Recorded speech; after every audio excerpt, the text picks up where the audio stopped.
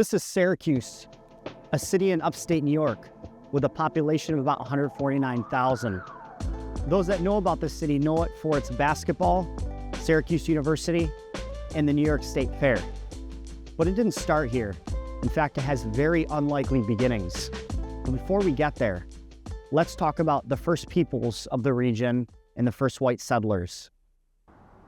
Before Europeans settled the area, it was home to the Onondaga, a member of the Five-Nation Confederacy, or the Haudenosaunee. Scholars believe that the Haudenosaunee formed long before European contact. It was a group of tribes that came together for peace and cooperation. In the area, the Onondaga cultivated the soil, hunted the forests, and fished the waters. At the center of every village was a longhouse, which housed extended families. The Onondaga were a democratic form of government and contained 14 chiefs that were nominated by clan mothers, a matrilineal system passed from mother to child.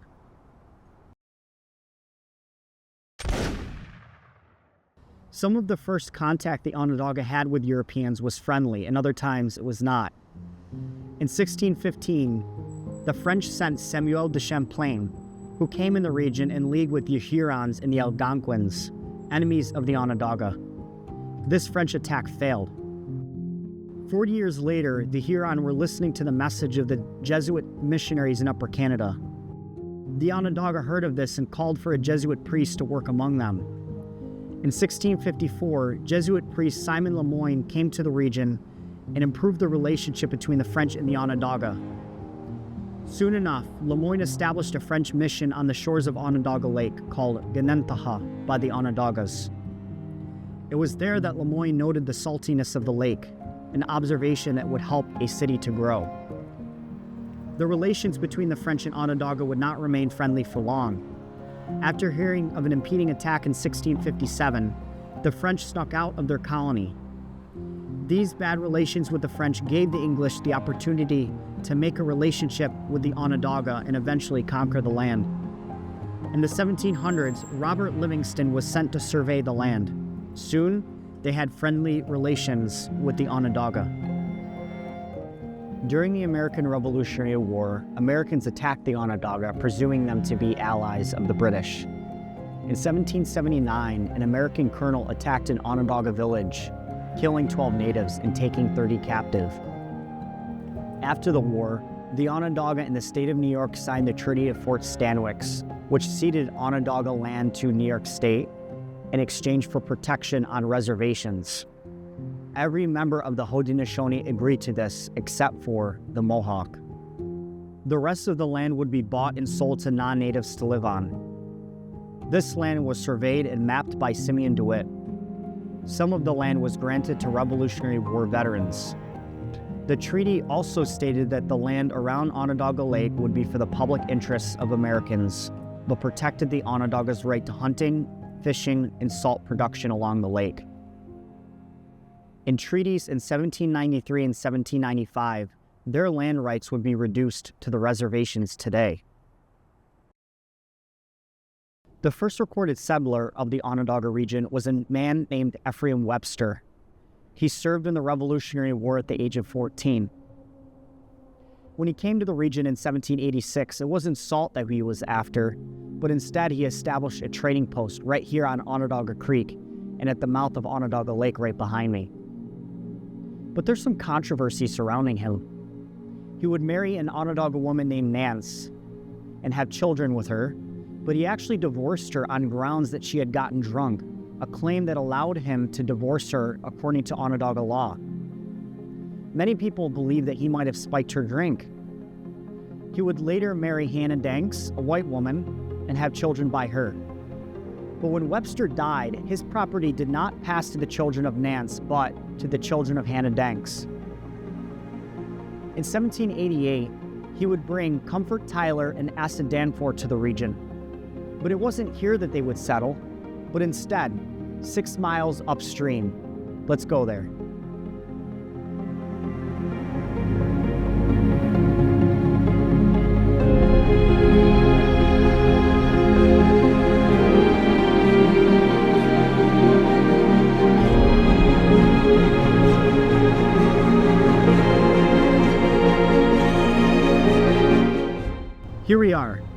6 miles up Onondaga Creek where Tyler and Danforth would settle, along the West Seneca Turnpike. Of course, it would look a lot different from this in a village called Onondaga Hollow. In 1849, it was renamed Onondaga Valley. They would live here by consent of the Onondaga Nation. Life would not be easy for them, as they wouldn't have the same conveniences that they might have been used to. They relied on Native Americans for many of the goods they got by trading with salt. In addition to that, the British still had a presence on Fort Ontario on Lake Ontario. A lot of people came to Onondaga Hollow looking for what they would consider white gold, or salt. Let's go to the other area where many people would settle, an area called Salt Point.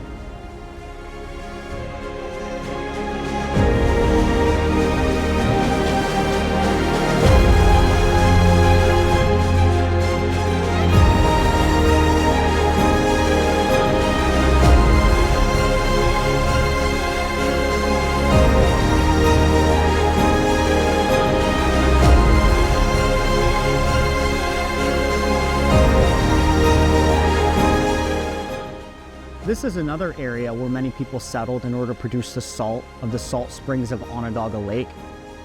They produced it by boiling the water, a brine mixture, boiling the water out in order to produce the salt. They used the salt as a currency to get their basic necessities. But life wasn't easy. Their houses were made of mud. They often fought for their land rights. And in the summer and fall months, mosquitoes would breed malaria. In 1797, New York State took control of the salt works at Salt Point, and they sent James Geddes to lay out the highway at Free Street and Canal Street, now Hiawatha Boulevard and North Salina Street. Here we are at the village square of where it would eventually become, based on that highway, the village of Salina.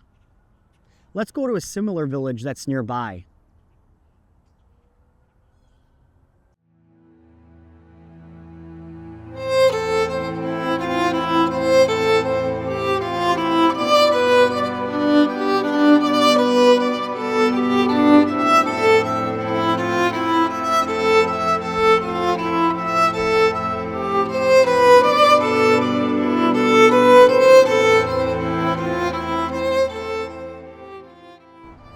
Okay, this is the heart of the modern city of Syracuse.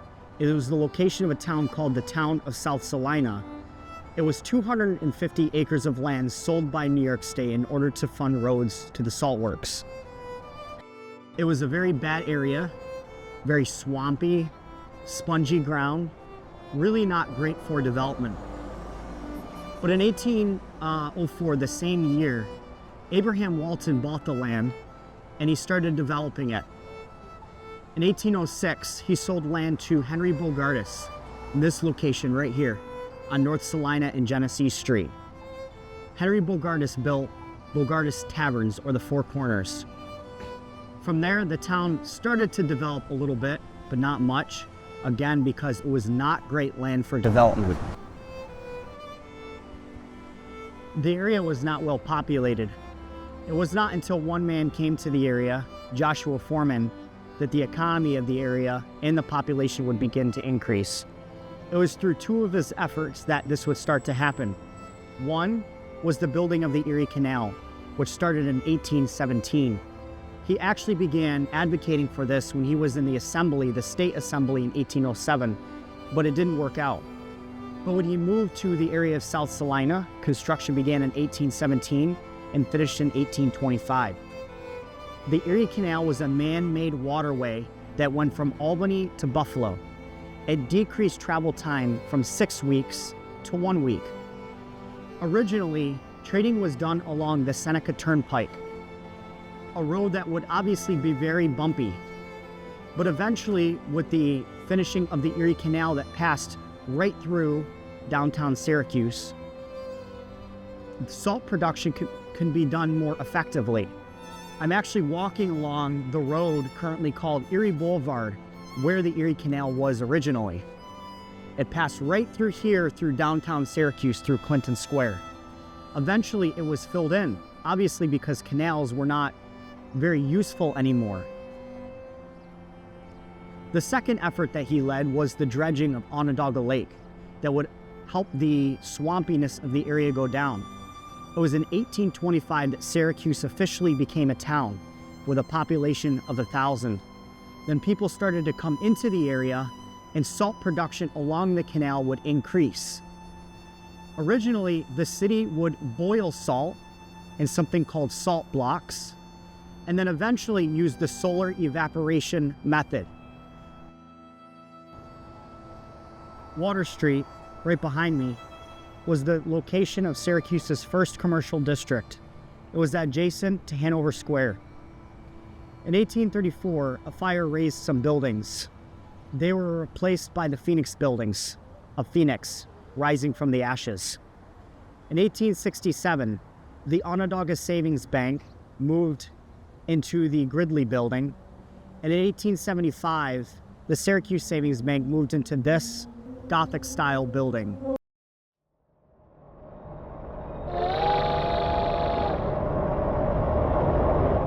The Syracuse and Utica railroads would pass through the center of Washington Street in 1837. The town leaders tried to convince Syracusians that the new railroad technology was in their best interest. In 1838, the company built a depot on Washington Street between Salina and Warren Street. In 1840, it joined to Utica and Auburn. All lines between Albany and Buffalo would form the New York Central. There was a major rivalry between the towns of Salina and Syracuse over access to the salt works. This rivalry got so bad that there was a brawl in the streets of the town of Syracuse. In 1848, the leaders decided to hold a vote to merge the two towns. The vote was cast, and it was decided in 1848 to merge these two towns and form the city of Syracuse. Eventually, Syracuse would be joined by other surrounding towns. And that's how we got here to the city of Syracuse.